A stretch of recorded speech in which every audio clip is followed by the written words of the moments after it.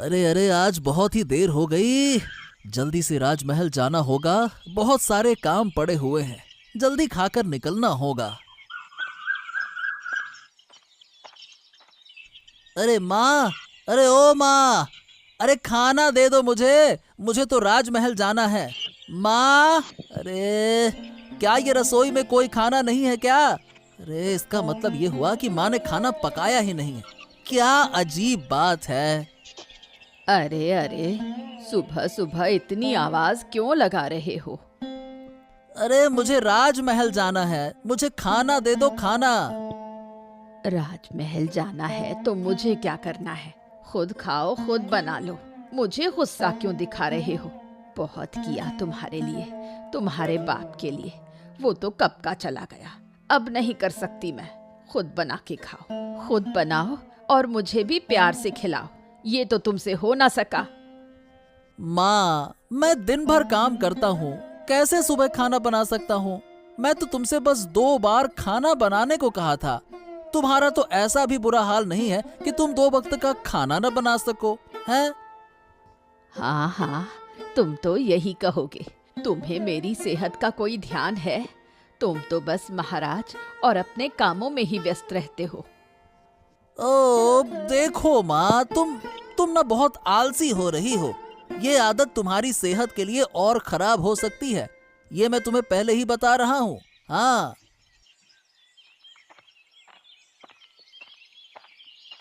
अरे माँ, अरे ओ माँ, माँ।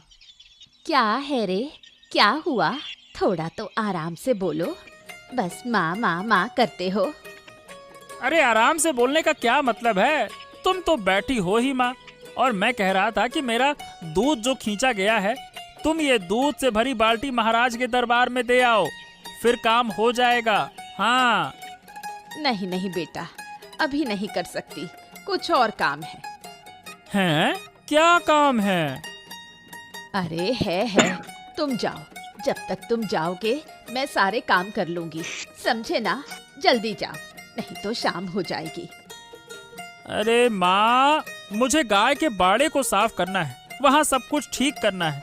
तुम्हें थोड़ा चलने फिरने की जरूरत है, इसीलिए ये दे आओ, फिर आराम से बैठना। हाँ। अच्छा, तो तुम मुझे सिखा रहे हो? मैंने तो बहुत काम किया है आज, और अब तो मेरी उम्र हो गई है। तुम जानते हो ना, बड़े लोगों को ज्यादा काम नहीं करना चाहिए। छोटे ही काम करते हैं, उनके पास ताकत होती है। काम नहीं करेंगे तो शरीर बैठ जाएगा। जाओ बेटा, तुम ले जाओ, ज्यादा बातें मत बनाओ। अरे क्या बोल रही हो माँ? मैं तुम्हारी सेहत के लिए ही तो कहता हूँ, लेकिन तुम इतनी आलसी हो गई हो कि कुछ सुनती ही नहीं हो। ठीक है, मुझे खुद ही दूध लेकर जाना पड़ेगा। ठीक है, जाता हूँ, मैं जाता हूँ, जाता हूँ, जाता हूँ।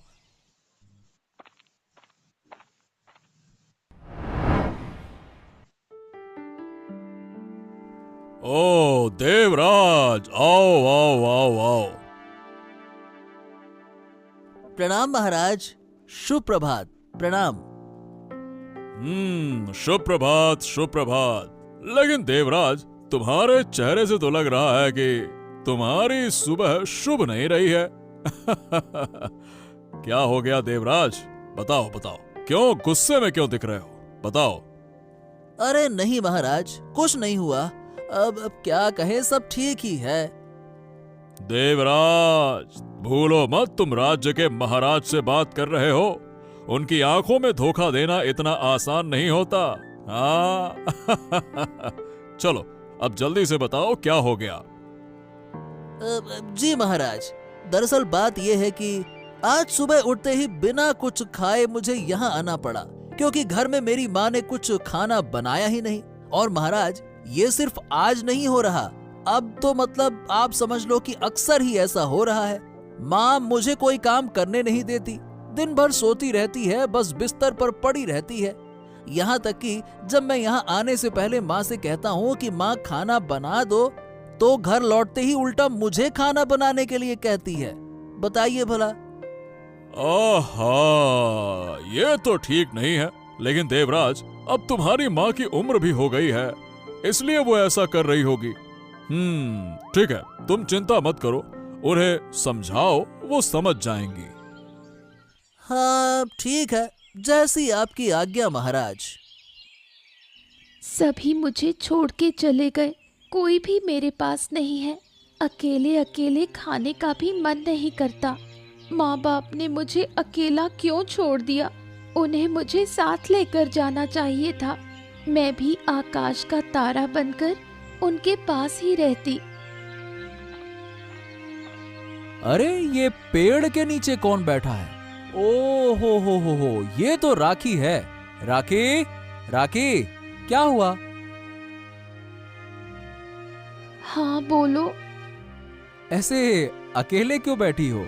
क्या हो गया? क्या बात है, बताओ। कुछ नहीं हुआ। हैं? तुम रो रही हो और कह रही हो कि कुछ नहीं हुआ? बताओ बताओ बताओ, क्या बात है, क्या हो गया, बताओ। असल में मुझे अपने माँ बाप की बहुत याद आ रही है। कितने दिन हो गए, उन्हें एक बार भी नहीं देख सकी। घर पर अकेले रहकर अब अच्छा नहीं लगता। लगता है मैं भी उनके जैसे आकाश में चली जाऊं। ओहो, ये सब नहीं सोचना चाहिए राखी। आओ, तुम आओ, मेरे साथ आओ। आज से तुम मेरे घर पर रहोगी, ठीक है? लेकिन अरे कोई लेकिन वेकिन कुछ नहीं। चलो, अब मैं कह रहा हूं ना कि मेरे साथ चलो तो चलो। चलो चलो चलो चलो चलो। ओफो, पूरे दिन लेटे लेटे कमर दर्द हो गई। थोड़ा चल कर आती हूँ। शाम को सड़क पर चलने से बड़ा आराम मिलता है। सूरज कितना सुंदर लग रहा है।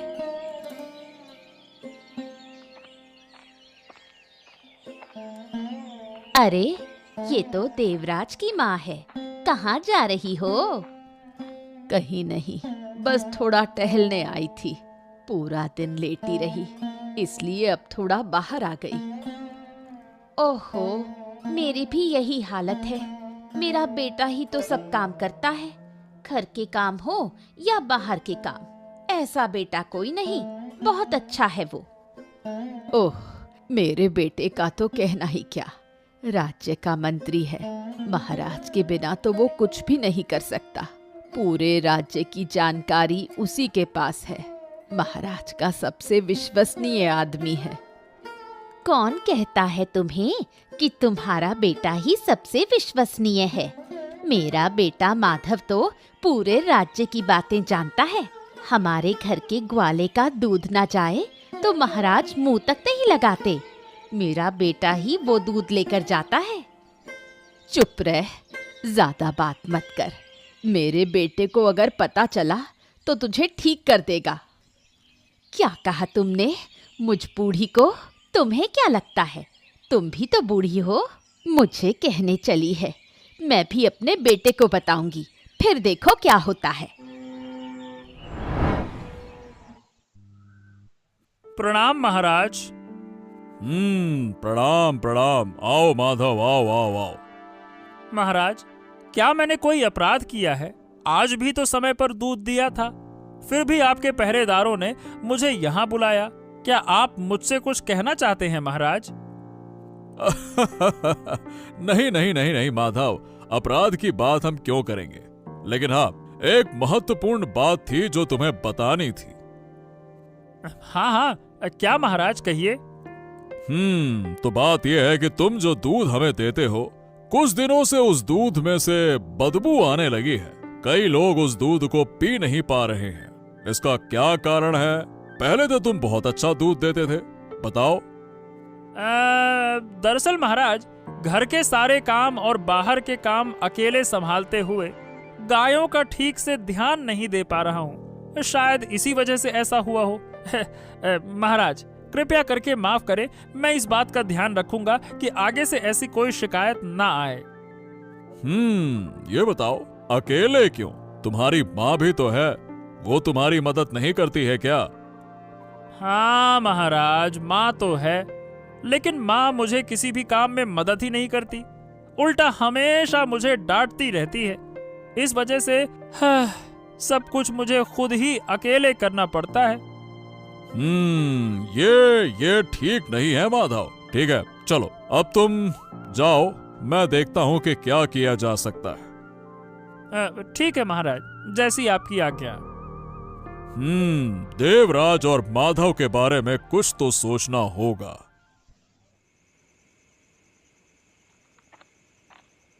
अरे देवराज, तू तो जल्दी आ गया बेटा। बहुत अच्छा, आज तो जल्दी घर लौट आया। हाथ में काफी समय है। क्यों माँ, मैं जल्दी घर लौट आया, इस वजह से तुम इतना खुश दिख रही हो हैं?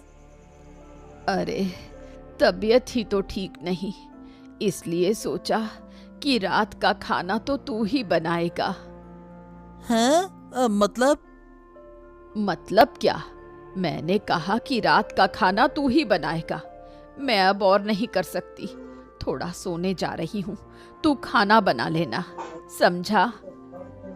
अरे मैं नहीं कर पाऊंगा माँ, मैं नहीं कर पाऊंगा। सब काम करते करते थक चुका हूँ माँ मैं अब। तू क्या काम करता है बेटा? बस वही महाराज के दरबार में जाकर बैठा रहता है।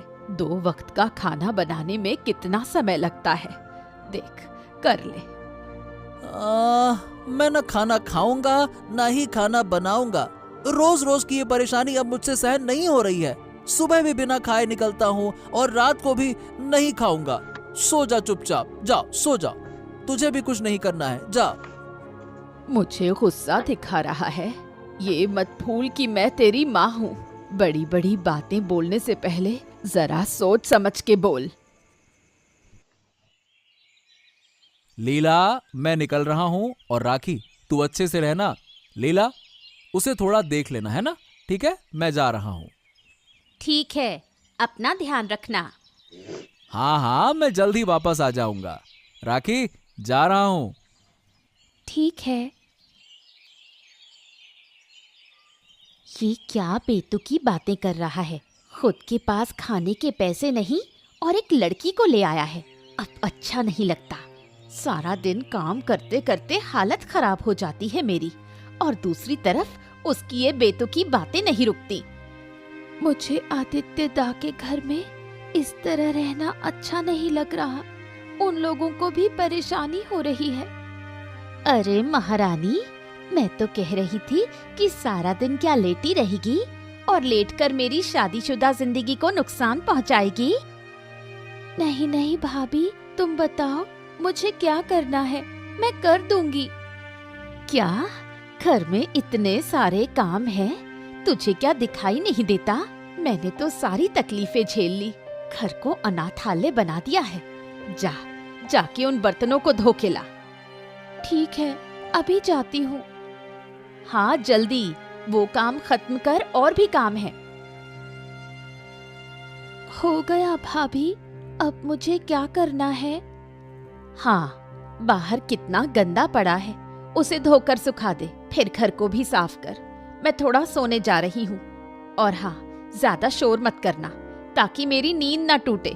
नींद टूट जाए तो मेरा बड़ा बुरा हाल हो जाता है। ठीक है, सब कर दूंगी। प्रणाम महाराज। अरे देवराज, तुम यहाँ? तुम तो घर जा चुके थे ना? फिर कैसे? हाँ महाराज, लेकिन घर जाकर मेरी माँ ने फिर से मुझे खाना बनाने को कहा।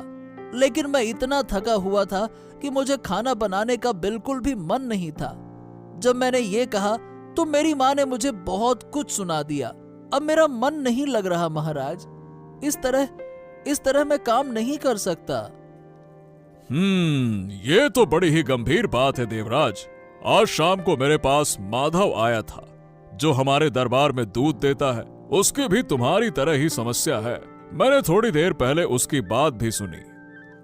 हाँ, अब क्या करूं महाराज, मेरी मदद करें, कृपया करके मेरी मदद करें। सुनो देवराज, खाना इस राजमहल में खाओ, फिर जल्दी से अपनी माँ को राज दरबार में लाने की व्यवस्था करो, ठीक है? हाँ ठीक है महाराज।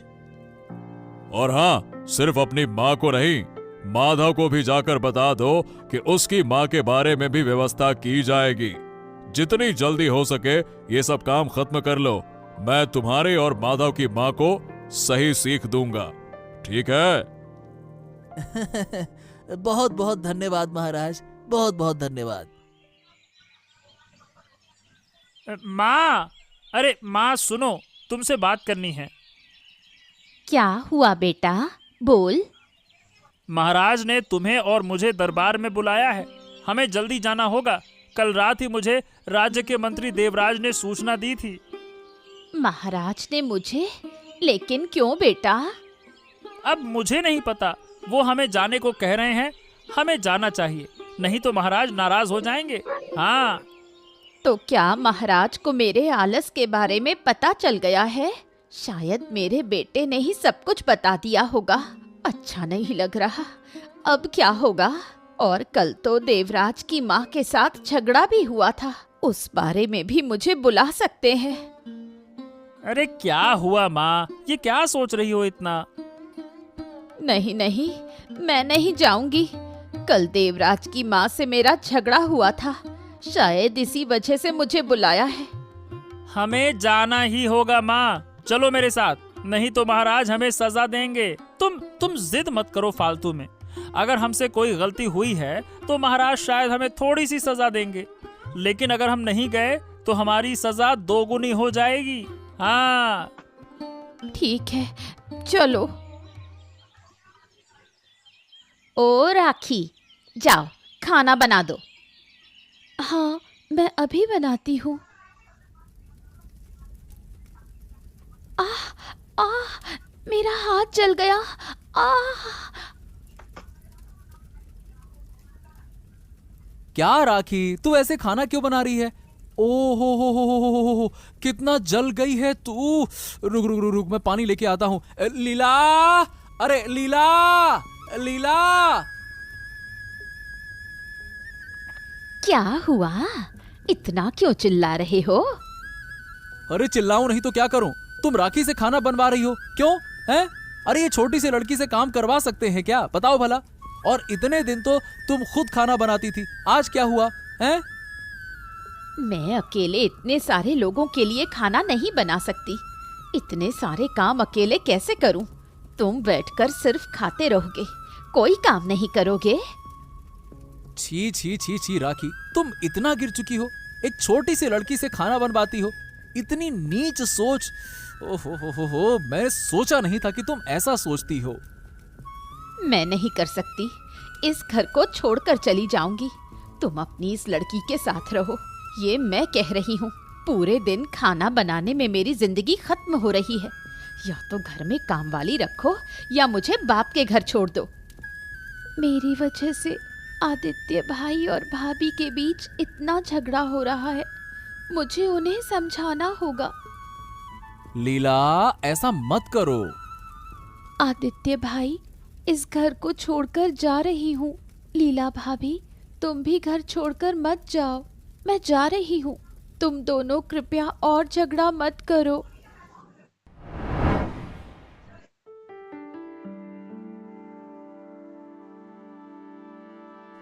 प्रणाम महाराज। प्रणाम महाराज। आइए आइए आइए, हम आपकी ही प्रतीक्षा कर रहे थे। आप दोनों कैसे हैं, बताइए। ठीक हूँ महाराज, ठीक हूँ। अगर आप ठीक हैं तो अब कुछ काम करना होगा। आपके लिए एक बहुत अच्छा काम तैयार किया है। काम? लेकिन क्या काम महाराज? हाँ, कहता हूँ, क्यों घबराती हो? देखो, इस राजमहल में बहुत सारे फूलों के पेड़ हैं, एक बड़ा सा बगीचा भी है, सामने और महल के पीछे दोनों तरफ। उस बगीचे की देखभाल आप दोनों को करनी होगी। सुबह शाम पानी देना, फूलों की देखभाल और जो जो जरूरी काम है वो सब कुछ आपको करना होगा। समझ गई? क्या? लेकिन क्यों? हम क्यों आपके बगीचे की देखभाल करेंगे महाराज? क्योंकि हमने कहा है, अब से ये आपके जिम्मे है बगीचा, ठीक है? लेकिन इतना बड़ा बगीचा हम दोनों कैसे संभालेंगे? नहीं नहीं नहीं नहीं नहीं, सिर्फ बगीचा नहीं, बल्कि महल के पीछे एक खेत भी है उसकी देखभाल भी आपको करनी होगी। वहाँ बहुत सारी सब्जियां उग चुकी हैं। महीने के अंत में आप उस खेत से जितनी सब्जियां चाहें ले जा सकती हैं। नहीं नहीं, हम ये काम नहीं करेंगे। अगर तुम ये काम नहीं करोगी तो तुम्हें मैं राज्य से बाहर निकाल दूंगा। अब तुम दोनों सोच कर बताओ, क्या तुम काम करना चाहोगी या राज्य से बाहर निकलना चाहोगी? बताओ, सब कुछ तुम्हारे हाथ में है। देवराज, आज मुझे बहुत खुशी हो रही है, समझे? अरे, मेरी माँ को महाराज ने सही तरीके से डांटा है। आज आया मजा मेरी माँ को। अरे, पूरे दिन सिर्फ बैठने के कारण शरीर में दर्द हो रहा था, फिर शरीर और भी ज्यादा खराब हो जाता था। हाँ, ये बात तो तुम बिल्कुल सही कह रहे हो भाई। जब मेरी माँ काम नहीं करती थी ना, तब मुझे इतना गुस्सा नहीं आता था जितना गुस्सा मुझे इस बात पर आता था कि उनकी तबीयत खराब हो रही थी। अरे भाई, दिन भर पड़े रहोगे तो तबीयत खराब होगी ही ना। हाँ, खैर अब तो सब ठीक है, अब चिंता की कोई बात ही नहीं है। अरे, ये राखी तो नहीं आ रही है। अरे देखो देखो देखो देखो, वो रो रही है और हाथ भी जल गया है। हाँ हाँ हाँ हाँ, तुम सही कह रहे हो। अरे राखी, इधर आओ इधर आओ इधर आओ। हाँ, बताओ क्या हुआ? क्यों मुझे बुला रहे हो तुम लोग? ये तेरे हाथ को क्या हुआ? कैसे जल गया है? दरअसल मुझे आदित्य दा अपने घर ले गए थे, मैं वहीं थी। लेकिन लीला भाभी आदित्य दा के जाने के बाद मुझसे सारे घर के काम करवा रही थी, यहाँ तक कि खाना भी बनवाया। और उसी खाना बनाने में मेरा हाथ जल गया। ये देखकर आदित्य दा बहुत गुस्से में आकर लीला भाभी से झगड़ने लगे। फिर मैं उनके घर से बाहर आ गई। क्या हमारे राज्य में ऐसा हो रहा है? मैं तुरंत जाकर महाराज को सब कुछ बताता हूँ। चलो मेरे साथ, महाराज जरूर लीला को सही सजा देंगे। चलो। महाराज महाराज महाराज, एक अहम बात आपको बतानी है महाराज। क्या बात है देवराज? बोलो, क्या कहना चाहते हो? महाराज, अभी कुछ देर पहले हम राखी से मिले। देखिए महाराज, राखी के हाथों में जलने के निशान हैं। क्या हुआ राखी? क्या बात है? कैसे हुआ ये सब? महाराज, मैं एक अनाथ लड़की हूँ। उस दिन जब मैं दुखी होकर पेड़ के नीचे बैठी थी, आदित्य दा ने मुझ पे दया करके अपने घर में रहने के लिए कहा। लेकिन लीला भाभी इसे बिल्कुल सहन नहीं कर पाई और उसने मुझसे बहुत सारे काम करवाए, यहाँ तक कि खाना भी बनाने को कहा। और खाना बनाते समय मेरा हाथ जल गया। ठीक उसी समय आदित्य दा घर लौटे और ये देखकर बहुत गुस्से में लीला भाभी से झगड़ने लगे। फिर क्या हुआ? झगड़ा बढ़ता देख मैंने उनसे कहा कि मैं यहाँ से जा रही हूँ, नहीं तो लीला भाभी आदित्य दा को छोड़कर अपने पिता के घर चली जाती। तो हमारे राज्य में ऐसा अन्याय बिल्कुल भी सहन नहीं किया जाएगा। हम स्वयं जाकर उस लीला को सजा देंगे। महाराज, आपको इतना कष्ट उठाने की जरूरत नहीं है, मैं स्वयं देख लूंगा ना, आप निश्चिंत रहिए। नहीं नहीं नहीं नहीं देवराज, बहुत समय हो गया है मुझे महल से बाहर निकले हुए। हम खुद लीला के घर जाते हैं, तुम लोग भी मेरे साथ आओ। जैसी आपकी आज्ञा महाराज।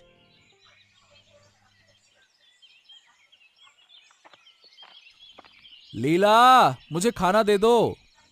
मैंने कुछ नहीं पकाया, अगर तुम्हें भूख लगी हो तो खुद बना लो या फिर काम करने वाला लाओ।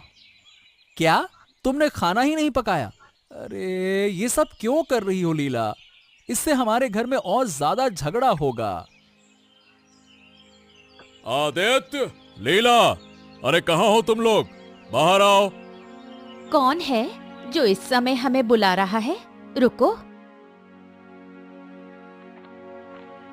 ये महाराज हैं। हाँ लीला, तुम्हारे पापों की सीमा अब बढ़ चुकी है। लेकिन मेरे राज्य में कोई लड़की पर अत्याचार नहीं करेगा। ये मैं बिल्कुल भी बर्दाश्त नहीं करूंगा। तुमको हम राज्य से निकाल रहे हैं। बाहर निकल जाओ इस राज्य से। नहीं नहीं महाराज, मैंने कुछ नहीं किया। हमें पूरी सच्चाई पता है। राखी ने हमें सब कुछ बता दिया है। कैसे तुमने उससे सारे काम करवाए और उस पर अत्याचार किया, हमें सब कुछ पता है। महाराज महाराज महाराज महाराज, मैं आपके कदमों में गिरता हूँ। आप मेरी पत्नी को राज्य से बाहर ना करें। मैं उससे बहुत प्यार करता हूँ महाराज, ऐसा ना करें। देखा तुम्हारे पति ने तुम्हारे लिए कैसे माफी मांगी, जबकि तुम्हारे द्वारा किए गए सारे जुल्मों के बावजूद वो तुम्हारे लिए माफी मांग रहा है। समझ रही हो? हाँ महाराज, अब मैं अपनी गलती समझ गई हूँ। कृपया मुझे माफ कर दे। राखी, मुझे माफ कर दो। अब से तुम हमारी बेटी हो। हमारे घर कोई बच्चा नहीं, अब से तुम हमारी इकलौती बेटी हो।